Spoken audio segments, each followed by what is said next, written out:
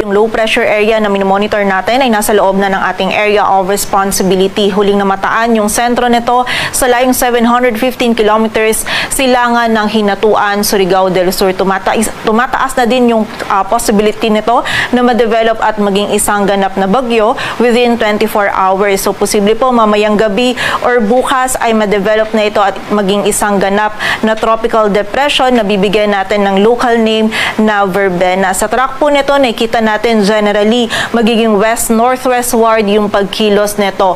Patungo ito dito sa may northeastern Mindanao, then tatahakin nito itong area ng Visayas patungo dito sa bahagi ng northern Palawan. So, expect po natin na magta-traverse ito dito sa ating landmass. Simula po yan bukas ng hapon hanggang sa Wednesday. So, ngayon pong gabi magsisimula na po na medyo may mga pag-ulan na tayong mararanasan dulot ng trough or ng extension nitong LPA na ito sa malaking bahagi ng Visayas at Mindanao, lalong-lalo na po dito sa may eastern section nito. And samantala, simula po bukas, mas mararamdaman natin yung mga pag-ulan na dala nito, mostly pa din dito sa may eastern section ng Visayas at Mindanao, and then dito sa buong bahagi ng Palawan, Southern Luzon, and ilang areas pa rin ng Mindanao, patungo po dito sa may bahagi, or dito sa may bahagi ng Southern Luzon, Visayas, ilang areas ng Mindanao, patungo po dito sa area ng Palawan. In terms of intensity, nakikita po natin na yung highest possible natin